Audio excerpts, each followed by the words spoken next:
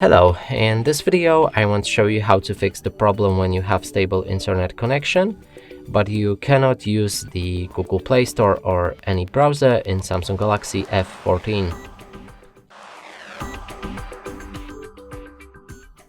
And to do this, first let's try to download something from Google Play Store, like this game right here. If we click on install, let's click on install, and now it's in the pending mode and it's stuck like that forever. We can cancel it for now and move on to the browser.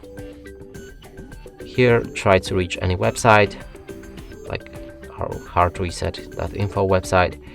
You can see that it's not possible.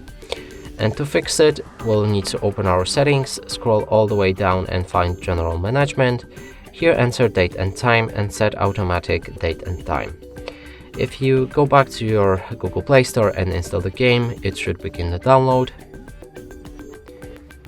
And the same is with Google Chrome, so we can refresh the page and it works fine. And that's it for this video. Hope you like it. Please consider subscribing to our channel, leave a like and a comment below.